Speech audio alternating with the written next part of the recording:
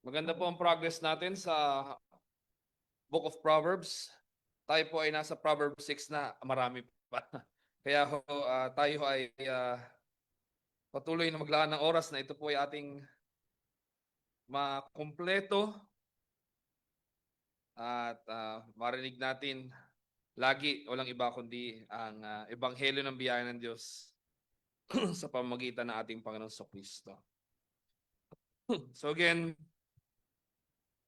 Proverbs chapter 6 verse 20 to 35. Pagkatapos po natin itong basahin, ay tayo po ay sandaling manalangin para sa pagpapala ng Diyos.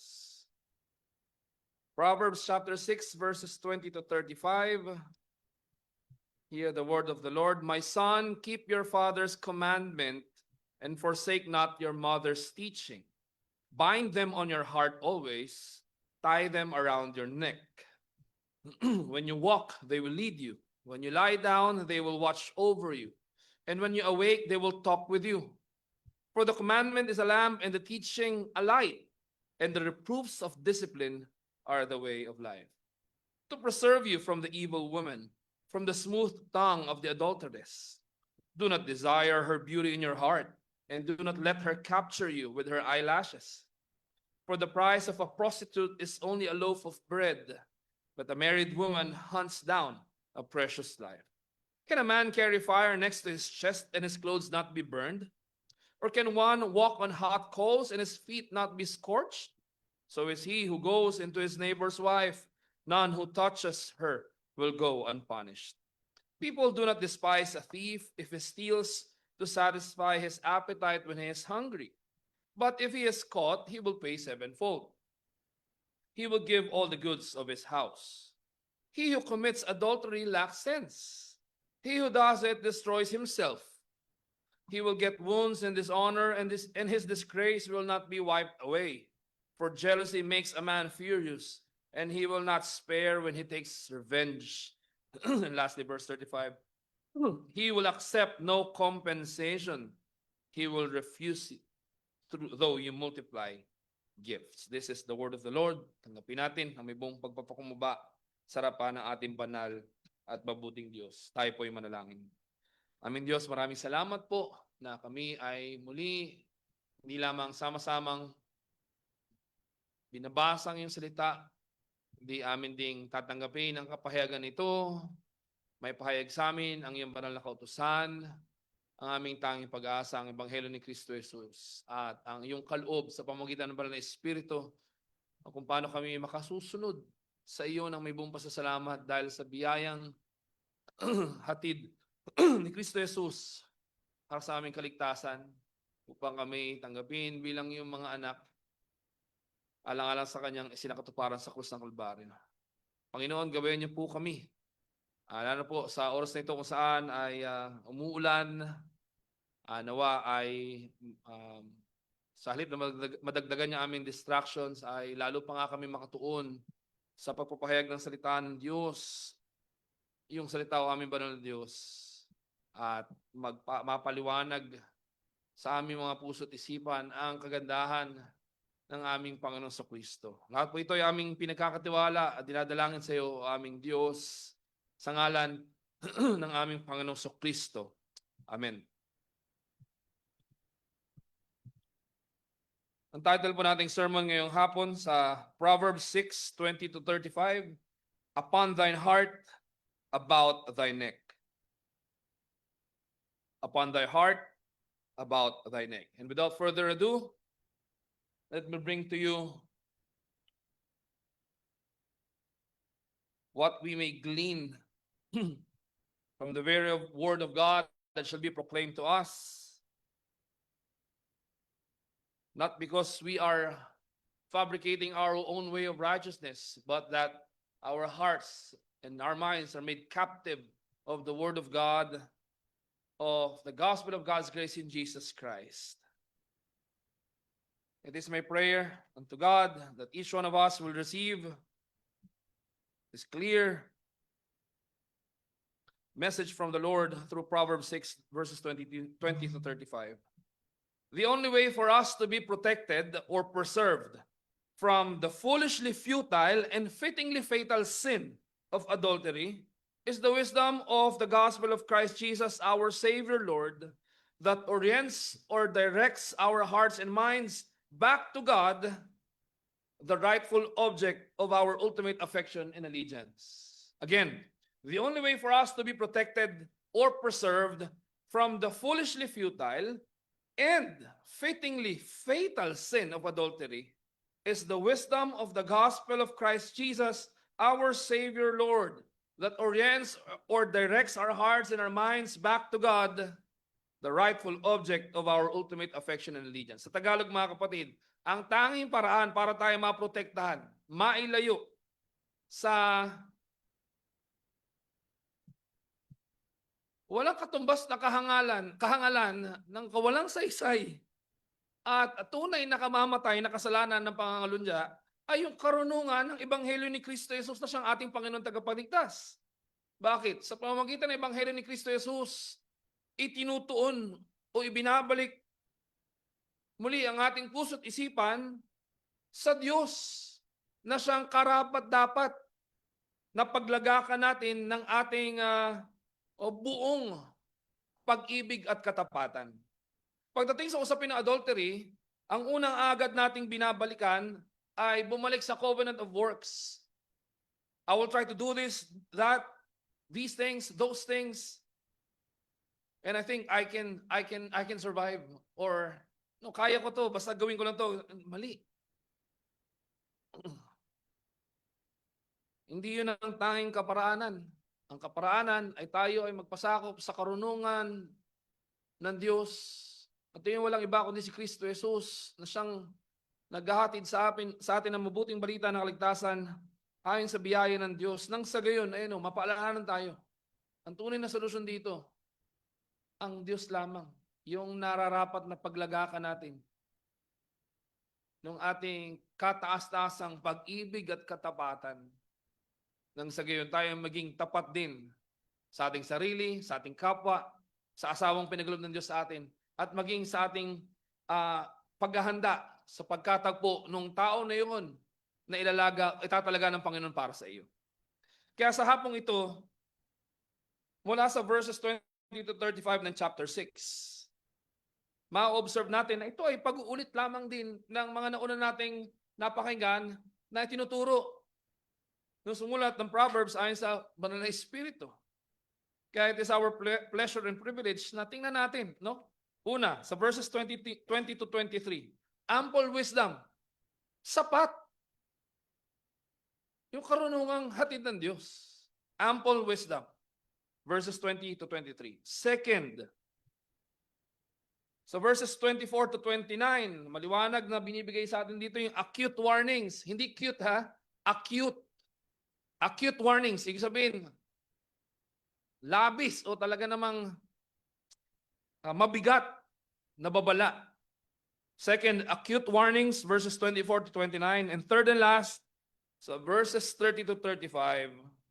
Oh, what an atrocious waste na ilagak mo ang iyong sarili sa kasalanan ng pangangalunya. Sayang. Parang yung kanta noong araw, nung nakwento lang sa akin, no? Sayang na sayang lang. Ang buhay, lahat, kung sa kabila ng pinaunawa sa atin, pinakita sa atin, yung biyaya ng Diyos sa pamamagitan ni Kristo Jesus, at mas pipiliin natin itong kahangalan na ito.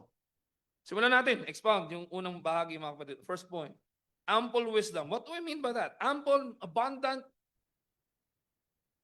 And the reason I made use of that word is because it's not only available, but it is ample indeed. It is abundant. Tingnan natin. Verse 20, ano sabi? Tinuturo sa anak, wag mo kalimutan yung utos ng iyong ama. Wag mo isang tabi yung utos, yung pagtuturo ng iyong ina. Anong sabi? Bind them on your heart. Idikit mo sa puso mo. Lagi. Itali mo sa sa iyong leeg. Bakit? Sinasabi dito, keep, forsake not. What does that mean? Bantayan mo, panghawakan mo, i-value mo, i-uphold mo. Huwag mong baliwalain. Hindi ito trivial. This is your treasure. And nawa, wag itong ikagulat ng marami. I hate to break it to you, yung mga nasa younger generation, ang inyong tatay at inyong nanay, lalo pat sila yung mananampalataya, maliwanag, sinasabi ng salita ng Panginoon, they're authorized by God to issue yung commandments and teachings sa iyo. Kaya mga kapatid, no, lalo sa ating mga magulang, no, mga bata pa ating mga anak, dumaan tayo sa ilang panahon narinig natin na yung mga nauna sa ating tatay, nanay, nagsasabi, gusto ko, yung kami, anak ko, parang barkada lang kami. Ay, kalukuhan yun. Tayo magpadaya sa sinasabi ng sanlibutan na yun yung tama. Hindi. Hindi ka barkada ng anak mo. Kung ikay tatay, hindi ka barkada ng anak mo. Tatay ka.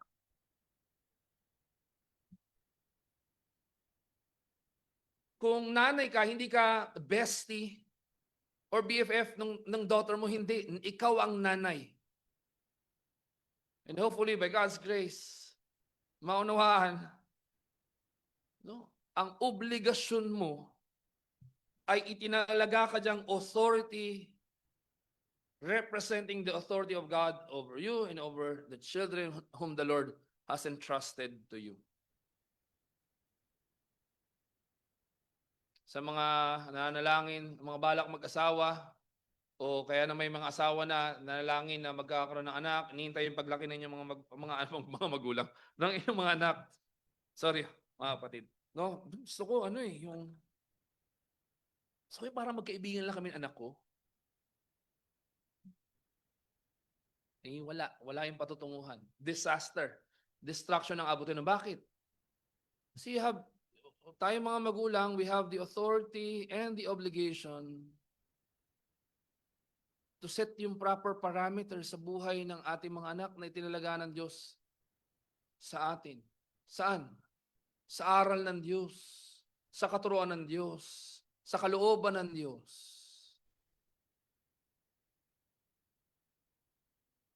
I have the privilege to study, to have been studying the scriptures for quite a long time now, and I'm not saying that I have already mastered every page of it. But I'm confident of this. Wala kang makikita sa Biblia na yun yung pagtawag sa mga magulang. Oh, parents, make sure that you are your children's best friends. No. Or that you're your children's pals. Hindi ganun sinasabi ng Biblia.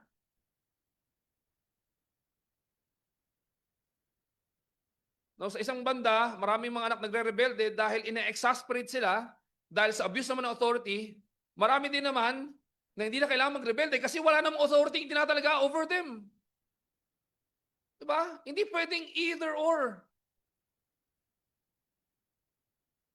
Kaya nga, tayong mga magulang, maliwanag na para sa atin dito, alam niyo yung mga anak natin, wala silang hindi ikikip at wala silang i-forsake in the first place kung hindi natin ito sineset sa kanila.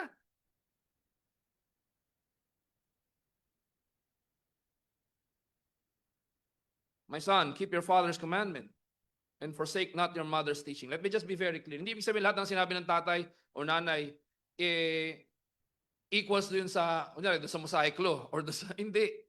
Pero maliwanag dito, yung tama na itinuturo ng tatay at nanay reflecting the very word of God.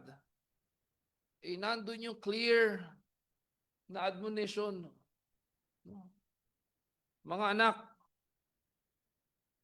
panghawakan mo, bantayan mo, i-value mo. Huwag mong talikuran, huwag mong sayangin, huwag mong baliwalain.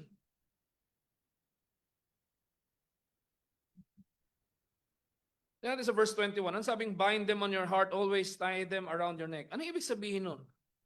Ano mga kapatid, sa Deuteronomy 6 verse 4 to 9. No, I recited that this morning. Hindi namin kabisado yung buong Hebrew Bible. Ilan-ilan lang. No, sa Deuteronomy 6:4, yung sinasabi natin the great Shema, di ba? Shema Israel, Adonai Eloheinu, Adonai Echad. Yun yung Deuteronomy 6:4 eh. Hear, O Israel, the Lord our God, the Lord is one. Kasunod nun, buksan yung Bible nyo sa Deuteronomy 6, verse 5, 4 and 5. You shall love the Lord your God with all your heart and with all your soul and with all your mind. The first and great commandment.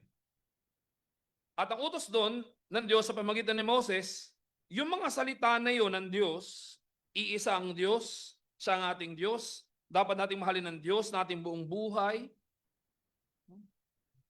Dapat nasa puso. Kayong mga magulang, ituro nyo to sa inyong mga anak. Ito ang pag-usapan nyo kapag kayo nakaupo sa inyong tahanan. Kapag kayo naglalakad, may papupuntahan, itong pag-usapan nyo.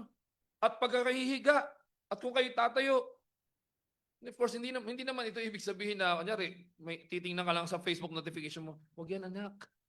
Meron tayong pag-uusapan tungkol sa Bible. Hindi naman ganun. Ang ibig sabihin ito, all-encompassing. Kaya nga, dun sa verse 8 to 9, yung tinatawag na phylacteries, nakasulat doon yung utos ng Diyos, salita ng Diyos, tapos nilalagay yun. Ano yung sunod sa sinabi sa Deuteronomy 6 verse 8? You shall bind them as a sign on your hand, and they shall be as frontlets between your eyes. Kaya nga kasama sa bahay, yung sa hamba ng bahay, you shall write them on the doorpost of your house and on your gates. Bakit?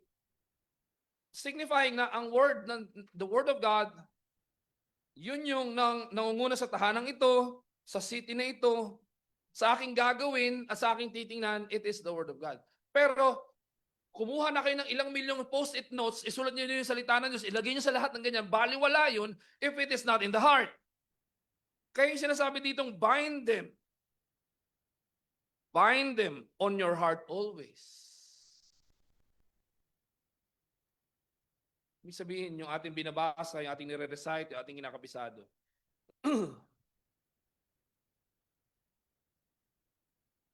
ay dapat ma-inculcate sa ating mga puso. After all, it is God Himself who writes His law in our hearts. Not in hearts of stone, but in granting us with a new heart, a heart of flesh, signifying new life in Christ. So, ibig sabihin ng bind them in your heart. Sa puso mo itali. Saan ba, pastor? Sa left ventricle? Right ventricle? Sa aorta? Hindi. Ibig sabihin, yung seat ng yung affection and emotion, ng yung will, maging laman nun, na magbantay doon, ay yung katuruan na mula sa Diyos na ipinapasa sa iyo ng iyong mga magulang. Ano yung ibig sabihin nung tie them around your neck?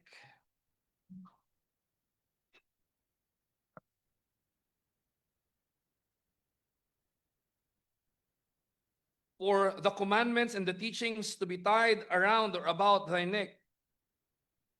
Parang yung quintas, serving as an ornament, meron pang pendant. Ibig sabihin, dalin mo ito bilang iyong kayamanan. Hindi mo dapat ikahiya yung kautusan ng Diyos.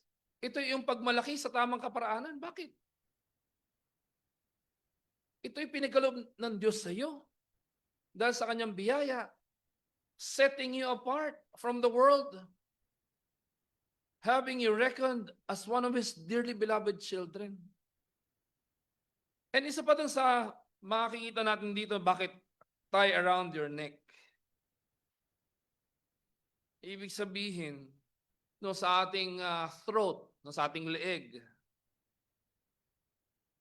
hindi nyo magbabantay, walang papasok sa ating bibig, walang lalabas na hindi ang nagbabantay ay ang banal na salita o kautusan ng ating Diyos.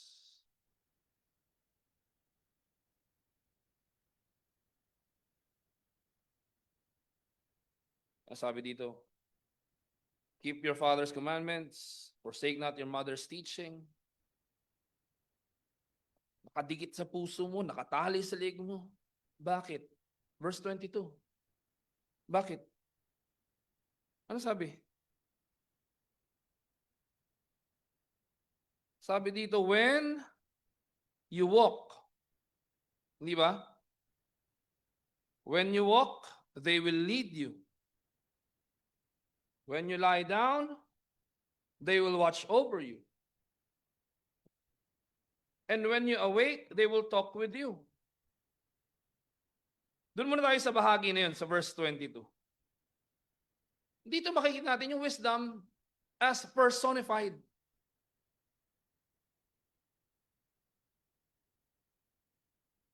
Wisdom as capable and caring companion. Di ba, dati, sa history nating mga pag-ibig, di ba dati kumain ka na? Pero dahil romantically related na, kumain na ikaw. Nagbabago, di ba? Dati wala nang tatanong sa'yo, kumain ka na ba o kumain na ikaw? Pero araw-araw may bakit? Because that person cares about you. Diba? Makita pa natin sa Facebook yung, sige na, ikaw na, tulog ka na. Bakit? Yes, cheesy, corny. Oh, but that's part of the expression of our humanity as persons. Hindi ba? Tingnan natin kung paano yung wisdom dito personified. Sabi, wag mong baliwalain yung kautusan ng Diyos, yung katotohanan, katuruan. Bakit? Pag lumakad ka, sasamahan ka. Pag humiga ka, babantayan ka. Minsan sinasabi ng misis ko, pag wala ako sa bahay, aligaga siya, basta once dumating ako, makakaupo siya na, dahil nandun ako. Diba? Ako mga kapatid, sanay na pag aalis ako ng bahay, payapa ako na niya, anak ko, kasama ng misis ko. Pero nung dinala namin siya doon sa isang play place, na parang for the first time, alam ko na hindi kasama ni Oli. Either one of us, dahil pares kaming aalis, ako yung nagka-sepangs. Ako yung nagka-separation anxiety. So, dinala namin. Sabi ko, we were supposed to go somewhere. Sabi ko, nung tayo umalis dito tayo sa malapit, dito tayo magkape. Para kahit anong mangyari. No, may kailangan si Oli, makakapunta tayo agad. No? Ako yung nagkaroon ng separation anxiety. Bakit? Kasi pinantatay. Hindi pwedeng, hindi niya kasama yung aking asawa, kanya nanay. What if something happened to him? Kailangan lagi ako nandun. Ang ganda ng pagkaka-personify dito sa wisdom. Wisdom personified in such a way na capable and caring companion. It's one thing to be capable. Di ba? Kunyari, meron kang classmate na sobrang talino, magkakasama kayo sa report, pero wala siyang pakialam. Di ba? Antay na lang grade. Di ba nakakainis yun? Pero meron tayong kagrupo na talagang hindi siya biniyayaan intellectually, pero siya may resources, siya may gamit, may lugar, dito tayo gumawa ng project. Di ba, sarap sa pakiramdam? Di ba? Sige, kahit wala ka nang gawin. Appreciate namin, kami na bahala. Bakit? Kasi kahit wala nga siyang may contribute intellectually, academically, pero hindi, sige, kasama niyo ako, kung ano meron ako, sige, gawin natin. He cares or she cares.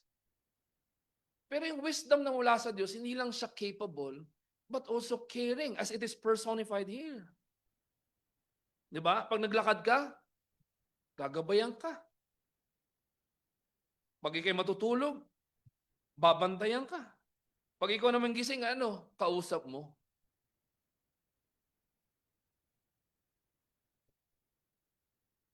Naalala ko nung ako'y nasa Amerika pa, ini-screenshot ko yung sa 1 hour and 30 minutes kami Facebook Messenger ni Jazz.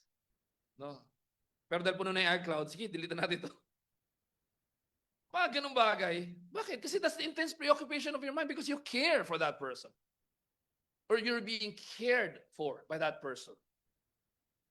Ganun yung pagkaka-personify dito sa wisdom. Pero hindi lang ito personified. It is also objectified. Tingnan natin. For the commandment is a lamp, and the teaching a light.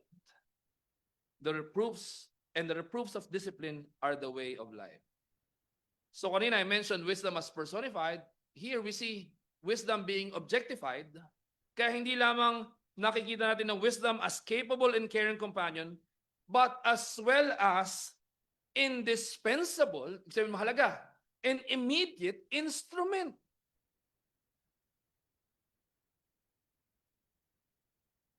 And this reiterates that wisdom is not only available to us, but it is also amply provided by God.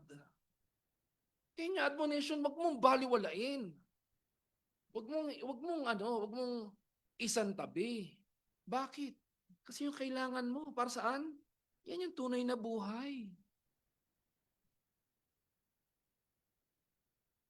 Yan ang tunay na buhay. Alam nyo, araw-araw tayong nagre-revert pabalik dun sa stance, sa sinful stance, na if I could just have this or that, then my life would be prosperous.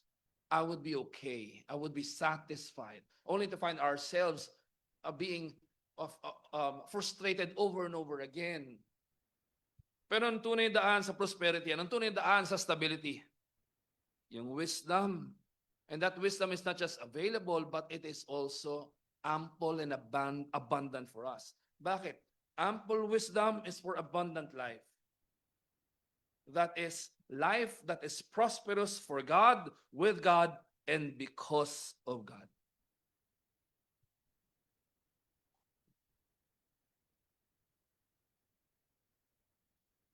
And this, we are not called to manufacture or fabricate on our own. Sa halip ay Jesus Christ is the irrefutable evidence that the Father has lavished in us all wisdom. Ephesians 1 verses 3 to 9. Anong sabi? Blessed be the God and the Father of our Lord Jesus Christ. Open with me sa Ephesians 1 verses 3 to 9. Who has blessed us in Christ with every spiritual blessing in the heavenly places, even as he chose us in him before the foundation of the world, that we should be holy and blameless before him. In love, he predestined us for adoption to himself or sons through Jesus Christ, according to the purpose of his will, to the praise of his glorious grace, with which he has blessed us in the beloved. In him we have redemption through his blood, the forgiveness of our trespasses, according to the riches of his grace, which he lavished upon us in all wisdom and insight, making known to us the mystery of his will, according to his purpose, which he set forth in Christ. Little wonder why Apostle Paul expressed it in this way. Christ is the wisdom of God.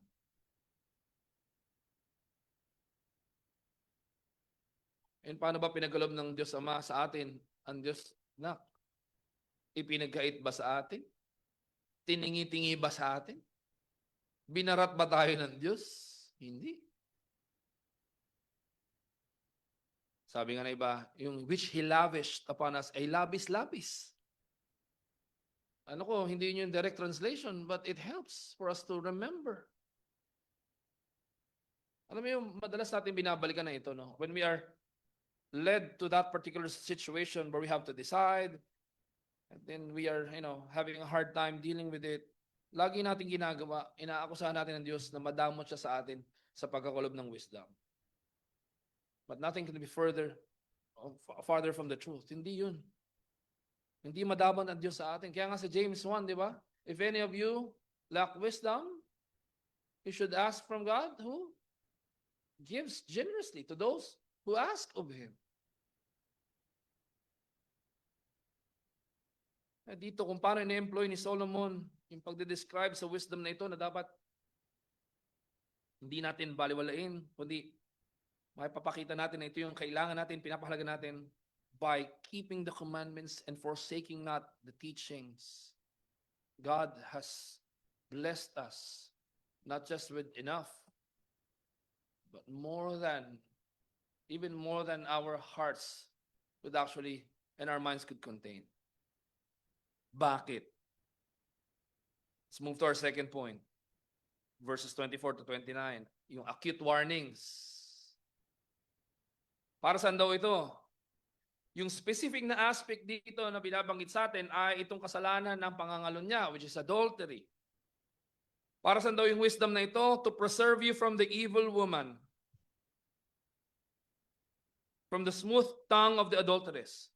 Bago pa ako lumaon, let me just be very clear. It is just the way it was written. The Lord was pleased to communicate to us in this way. Pero hindi ibig sabihin na laging babae lang ang dahilan ng kasalanan ito. No? Lalaki din. But for the sake of how it was written, ito yung ating tinatanggap mula sa Diyos. To preserve you from the evil woman, from the smooth tongue of the adulteress. Do not desire her beauty in your heart, and do not let her capture you with her eyelashes. For the price of a prostitute is only a loaf of bread, but a married woman hunts down a precious life. Tingnan natin, ano sabi? To preserve.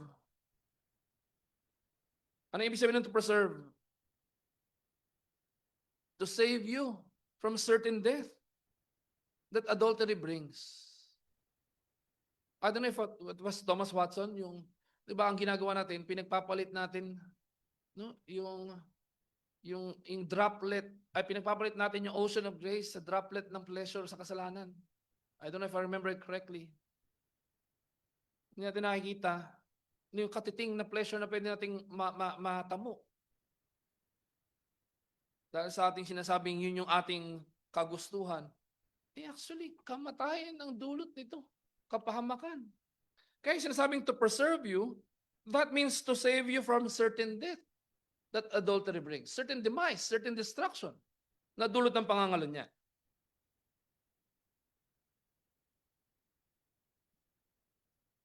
And sino itong sinasabi rito? Personified here.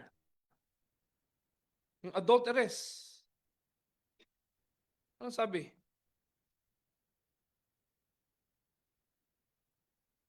Para ingatan ka sa masamang babaeng ito, sa masamang lalaki, no? Sa context ng babae. Sa kanyang, tawag dito, smooth tongue, o yung kaaya-ayang pananalita patungo sa kasalanan. Pag sinabing smooth tongue, ito yung flattery. Alam mo, pag dumaan ka sa palengke, poging-pogi ka eh. Di ba? Pogi. Kasi, it's just way of establishing rapport sa mga tindero, sa mga customer. Wala naman dong mga masama doon, no? Masama doon talagang, salamat. Gumano ka, no? Ngayon lang ako natawag ng pogi. Buti ka pa na-appreciate ako. Yun, delikado yun. Alam natin yun ay kumbaga kalakalan na nakasanayan na. Pero pagdating doon sa smooth lang na sinasabi dito, yung makinis na dila, that's flattery. Ano yung flattery? Saying things to make you believe that she truly loves you or that she truly cares for you. Pero ang gusto niya lang is to profit and to delight in your poverty and in your demise. Pwede ko nang tapusin nga dito. Actually, magbalik lang tayo sa mga narinig natin balita.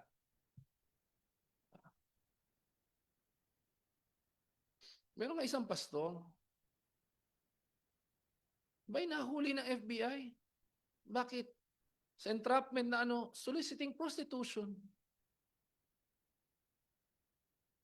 Isip ko, ano na lang kung nabalitaan nyo, si Pastor Kirby, andun sa diba? Ilang beses ko itong sinasabi sa inyo. Marami sa inyo, iniwan nyo yung kinasanayan nyo, pinanggalingan nyo. Bakit? Kasi ito yung katuruan natin tinanggap. And sa biyahe ng Diyos, nakasangkapan. Ako, sino man sa atin, para may turo sa inyo, ang agad nyo iisipin, totoo kaya itong pinuntahan ko? Kasi ito pinagkatiwala ako ng tao, tapos makikita ko na sa balita, no? Pero hindi naman hindi naman agad bubulaga sa'yo ng ganun eh. Unti-unti iyon eh. Kaya nga, ang kaparaanan ng kinakasangkapan ni Satanas para to lure you to sin, isa yung flattery. Ano yung flattery? Yun nga, sa pamamagitan ng mabulaklak salita, smooth lang, sa kanyang sasabihin, papaniwalain ka na talagang mahal ka niya. O kaya talagang siya'y concern sa iyo. Pero actually, ang habol niya lang ay yung kanyang pwedeng matake advantage at yung kanyang kasiyahan sa iyong pagkakasadlak sa kahirapan at sa iyong destruction. Balikan natin Proverbs 5 verse 3. For the lips of a forbidden woman drip honey, and her speech is smoother than oil. But in the end, she is bitter as wormwood, sharp as a two-edged sword. Her feet go down to death, her steps follow the path to Sheol. Verse 25, ano sabi? Do not desire her beauty in your heart. Now, don't get me wrong. Sabi, Pastor, paano ito? Maganda ako, so lagi na ako nagkakasala. That's the subject of another conversation. Isip ko, hindi tayo susceptible dito na wala tayong kagandahang may present. No? But going back to what I'm saying, ang warning dito, through the wisdom that comes from God, that you belong to Him as His covenant child, as of His covenant people, huwag mong ilagak sa iyong puso, yung pagnanasa sa kanyang kagandahan. Ano ibig sabihin nun? It may be the eyes that see or gaze, but it is the heart that harbors and craves for it. Ito tandaan niyo mga kapatid, nasabi ko ito in the past so many times already.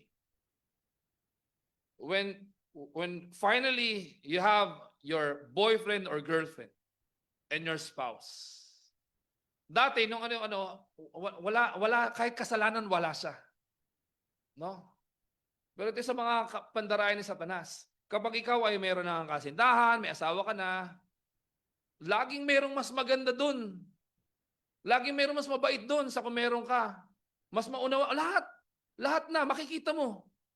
Kaya nga yung kanta ng mga babaero na it is sad to belong to someone else when the right one comes along.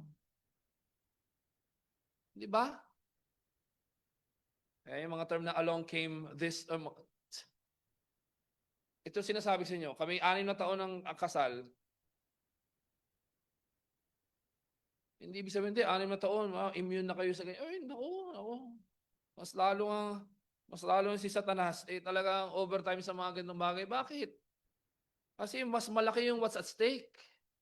Di ba? Kaya sabi, hindi pastor, napalingon lang ako eh. Hindi mo na inalis. Pastor, napalingon lang ako, hindi naman ako Hindi, nakatitig ka ng ganun. Kasi ito pang kahangalan ng mundo na ito, di ba? Ito mga nakita natin sa palabas, halos kulang na maghubad na lang, tapos bilang, hindi, wala yun sa pananamit ko, nasa mo, hindi ka ba naman talagang kampo ni Satanas eh. Di ba? Alam mo nang maraming snatcher sa Quiapo, tapos labas mo pa yung mo, ganun. Hindi, wala yun doon sa nakalabas yung ganun ko. Dahil yun sa masamang puso ng mga snatcher na yun, hangal. Hindi yun ang sinasabi dito, ayan na nga, nakapresent sa'yo. Ay ang warning dito, huwag kang magpakasangkapan kay Satanas, huwag kang magpahulog sa patibog ni Satanas. Ito pa yung magandang, dito mga kapatid, sa verse 25, do not let her capture you with her eyelashes. Sa ibang salin, eyelids. Kung tama yung aking understanding ng anatomy, yung eyelids ay yung part na yan na kung saan nakatanim yung eyelashes. Tama? Whether eyelids yan or eyelashes, but grant me the freedom to use yung translation na eyelashes. Yung pilik mata. One of the things that I really enjoyed in studying this part, ito, sabi, wag mong hayaang makapture ka ng eyelashes niya. Ako ay ako ay Pasko lagi, sa kakapikit, pero hindi ibig sabihin ako ay nangaakit ng iba. Pag tinitingnan ko, pag may video nakita, grabe mata ko, ganun ng ganun. Pero balik ako yung sinasabi rito, wag mong hayaan na makapture ka ng kanyang eyelashes. Granted na yung eyelashes to, ang sinasabi dito sa translation ay yung pilik mata. Alam niyo yung eyelashes?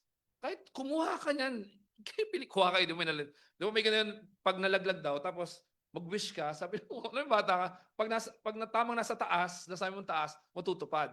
Ay, mga kalokohan yan at alam natin, part lang natin ng kabataan. Pero, pag nakakuha kayo ng pilik mata, the very hair in our eyelids, wala naman kahit anong lakas yan eh. Di ba? Nakakairita sa mata. Pero walang anong lakas yan. Hindi ka makakagawa ng tali sa pilik mata. Kahit ba kayo ng taling binibenta gawa sa pilik mata? You could never make a rope out of eyelashes. 1,000 eyelashes pag dikitin mong ganun? Gagamitin mo sa hiking? Hindi. Di ba? Walang tibay, walang lakas. But it can certainly pull men to sin with its seduction. Naunahan natin yung contrast dito, yung irony. Patayuin mo yung eyelashes, tatayo sa sarili niya yun eh. Babagsak yun. Ganun, putol yun agad. Pero when used for seduction, it can certainly pull men towards sin. No, hindi naman ibig sabihin kasi nagkaroon ka ng eyelashes extension, pastor, nagkakasala mo. Hindi, that's not the point. Pero di ba, actually, ang tanong ko, para saan yun? Well, pag nawalan ka, kunyari may nangyari, ano, damage, sige, oh, fine. Pero mga ganyang pilikmata, ganyan kahaba, para saan? Di ba? Now, yung sinasabi dito sa verse 25, bakit? Although generally, women are physically weaker than men, pero history of sinful man would readily remind us how too many a mighty man have fallen because of seduction. Solomon not excluded.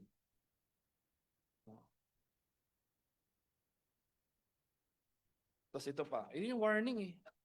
Malakas ka, pambira, pilikmata ka lang. Yun yung sinasabi rito. At ito pa, ang lakas ng tingin mo sa sarili mo, taas ng tingin mo sa sarili mo. Bira. So verse 26, yung hinahanap mo, tinapay lang yan, presyo ng tinapay. Now, mayroong possible interpretation dito. Ang ibig sabihin ay, pag nag-hire ka ng prostitute para sa kasalanan, actually mababa lang yung presyo eh. Ang isang possible din explanation na ito, if you go down to that path, walang matitira sa iyo kundi yun lang.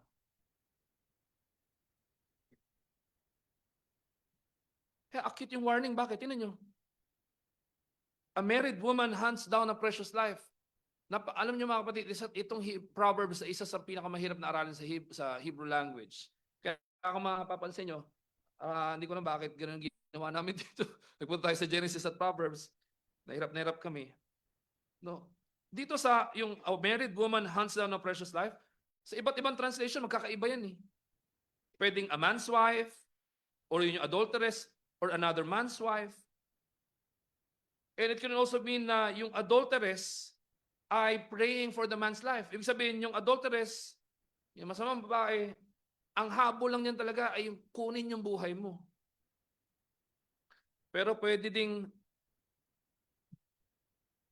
makita natin dito mga kapatid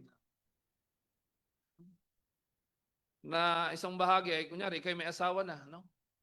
Yung galit ng asawa mong pinagtaksilan, eh, ang hahabulin talaga nun yung buhay mo dahil sa iyong kasalanan.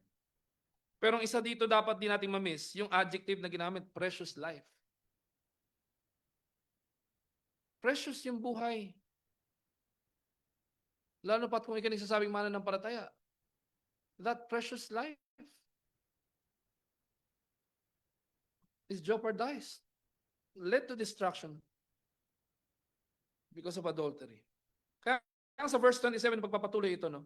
Can a man carry fire next to his chest and his clothes not be burned? Nabasa natin verse 28. Ano ibig sabihin? Sa Tagalog ay, meron bang tao naglalaro sa pool hindi napapasok?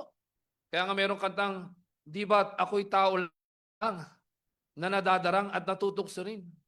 No? Pag dati nung nagtatrabaho pa sa call center, pasok sa elevator, nag-uusap itong, ay mga, wala namang pagkaunawa sa katotohanan, no? Biglang, kung ano mga ginagawa, sabi, marupok ako. At siya may pag-aamin. No? Pero ang kahangalan na pinapoint dito ay ano, kung maglalaro ka sa bagay nito, ano sa tingin mo, hindi ka mahahawakan nung apoy na to? Hindi ka maapektuhan? Pwede bang magdala ka ng unang-una, ba't kahawak na apoy? Nalagay mo pa sa dibdib mo. Tapos, yung damit mo, hindi masusunog. Actually, maraming may sarcasm dito na dapat makita natin. Ang pinapoint, yung damit, dapat yung kamay mo unang masusunog, hindi ba? Kaya nga yung follow-up sa verse 28, pwede bang lumakad ka sa ibabaw ng nagbabagang uling? Tapos hindi maapektuhan yung paa mo.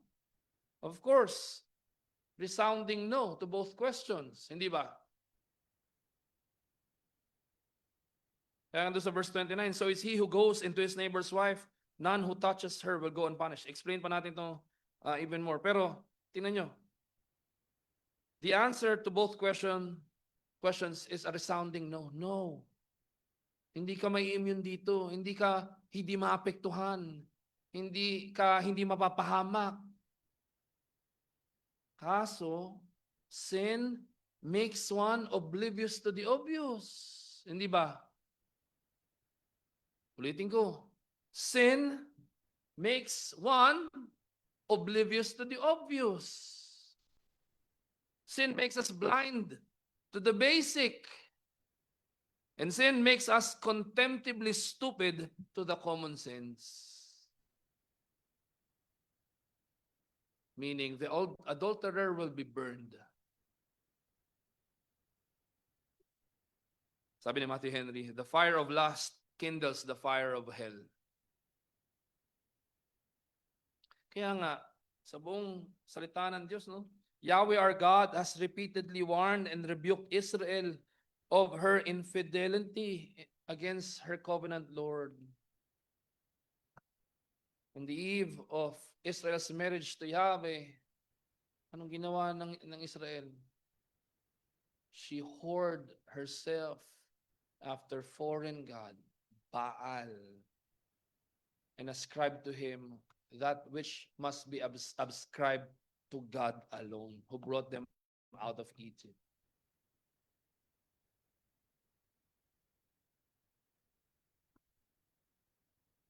Pastor, ang bigat. Dapat lang. And hindi lang ito para sa inyo. Para sa akin una, lalo na sa mga tinaga ng Panginoon sa paglilingkod sa iglesia. Hindi ito maliit na bagay. Hindi ito pwedeng something na paglaruan natin or to somehow entertain in our imagination. Hindi. Kaya acute yung warnings. This is something that we should not be treating as cute or trivial. Mabigat yung paalala. Pero anong pag-asa natin, mga kapatid? Anong pag-asa natin? It's either that in our stupidity or in our youth, we have involved ourselves into this, o ano pa man. What a glorious picture of God's complete salvation for us sinners through the manner that Jesus Christ presents himself as the holy bridegroom who has clothed his very own holiness and righteousness to his bride, his church. Kahit pa, hindi lang adultery, lahat ng kasalanan na nagpakasasa tayo in the past. Anong ginawa ni Kristo Jesus? Ibinihis sa atin yung kanyang kabanalan at katuwiran. Kaya siya na ating bridegroom with all glory shall present us his church as his spotless bride. Kaya ang pag-asa natin dito, hindi yung, okay, I will just be better, I will just be more careful, I will just be this or that. No. Go back to what God has given to us, the bridegroom of the church, our Lord and Savior Jesus Christ. He clothed us with his righteousness and holiness, that he may present us faultless before the Father. Kaya nga, as we head to our third and last point.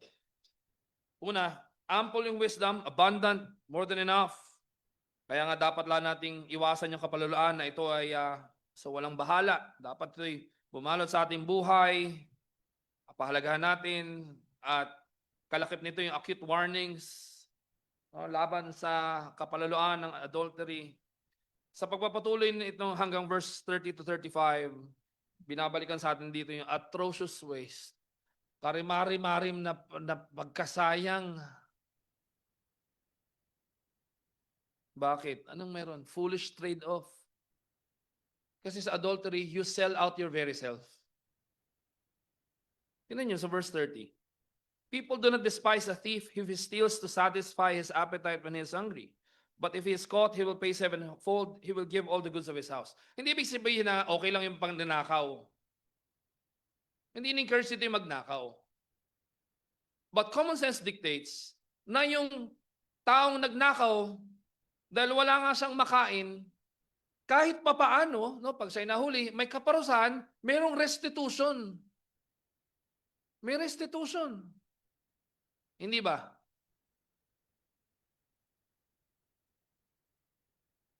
There is at least in theft the possibility of restitution, but not in adultery.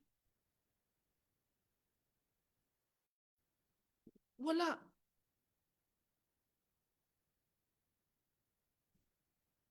Hindi mo pwedeng i-recycle bin yun. Hindi mo pwedeng i-control, ano ba yung Control Z ba, no? Undo? Or Command Z sa mga, once you go back, you never go back. Di ba? Walang ganun.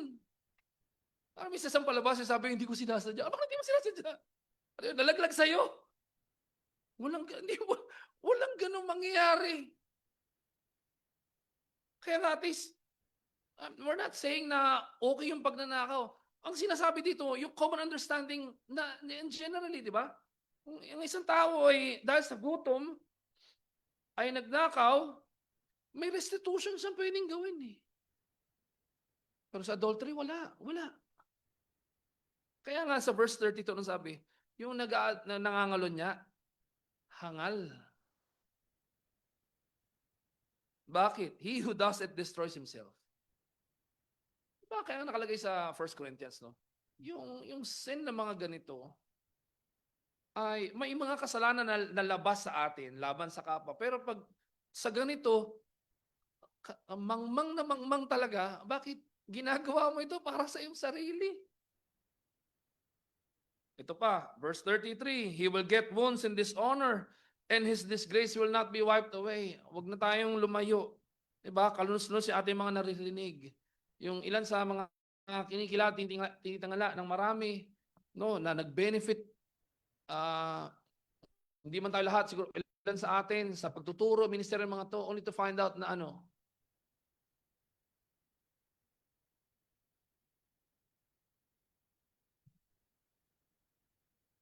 yung duplicity na tinatawag, na taliwas dun sa kanilang tinuturo. Bigat.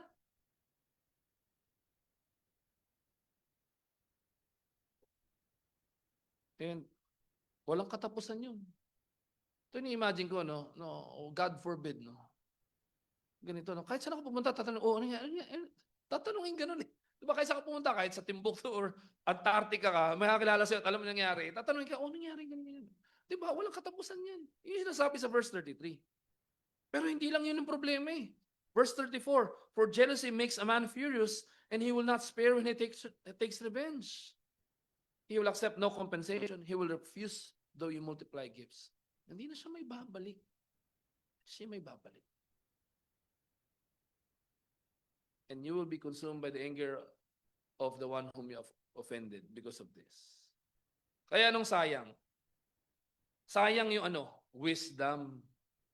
Sayang yung buhay. Sayang yung kapayapaan. Sayang yung pangako ng Diyos. Sayang yung tiwala. Sayang yung pag-ibig. Sayang yung pagpapala. Sayang yung karangalan.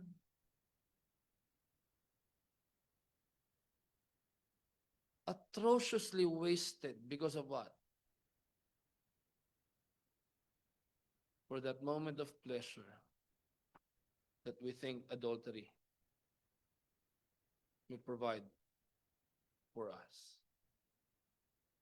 Sabi ng isang commentator, si J.A. Kitchen, immorality is costly. It may cost you all you have materially, and it may cost you everything your life is and has become. It can steal not only your material wealth, but also your integrity, fellowship with God, reputation, family, relationships, friends, and respect. Kaya nga sa 1 Corinthians 6:18, flee from sexual immorality. No, lalo na itong aspect ng adultery. Every other sin a person commits is outside the body, but the sexually immoral person sins against his own body. Now, I know I've taken so much of your time as you are already used to. Sabihin natin, Pastor, ang bigat. Ano ba ito? So, kung sana pagharap ng bagong linggo magaan. Ito yung katotohanan eh. Pero kagandahan, hindi natatapos yun doon. Mga kapatid, Christ Jesus paid for our sins of adultery. Not that we may sink even deeper in this abominable sin, but that we may be sanctified through the evangelical declaration of His atoning sacrifice, that we as His church may be His bride without blemish. Hindi lang yun Pastor, pinanggalingan ko yan. Kundi, Pastor, ayokong bumunta dyan. Ang antidote, ang solusyon na pati yan kinamatayan ni Kristo para sa atin. Hindi para magpakasasa tayo sa kasalanang ito. Para i-set apart tayo para sa Kanya sa pamagitan ng mabuting kapahayagan ng mabuting balita sa pamagitan ng kanyang isinakatuparan sa krus ng Kalbaryo para tayo na kanyang iglesia ay ang kanyang maging bride na walang anumang bahid. Yun yung pag-asa, mga kapatid. Yun yung upon thy heart and around thy neck. No, I don't have the power and the authority here na isa-isahin kayo na, anong ginawa mo na ni Pas? Hindi. Ako lang mismo, lulubog ako sa inyong harapan. Pagdating sa mga bagay na ito. Pero anong pwede natin pagsama-samahan? Pag-upuan ng sama-sama? Doon tayo mag-meditate. No? Pati ito pinagbayaran ni Kristo para sa atin. Para ano? Para i-present niya tayo as His faultless, spotless, without blemish bride. Yun yung tanging paraan para maprotektahan tayo. Para wag na natin balikan yon o wag tayong mapunta roon. Ma-preserve tayo sa ano?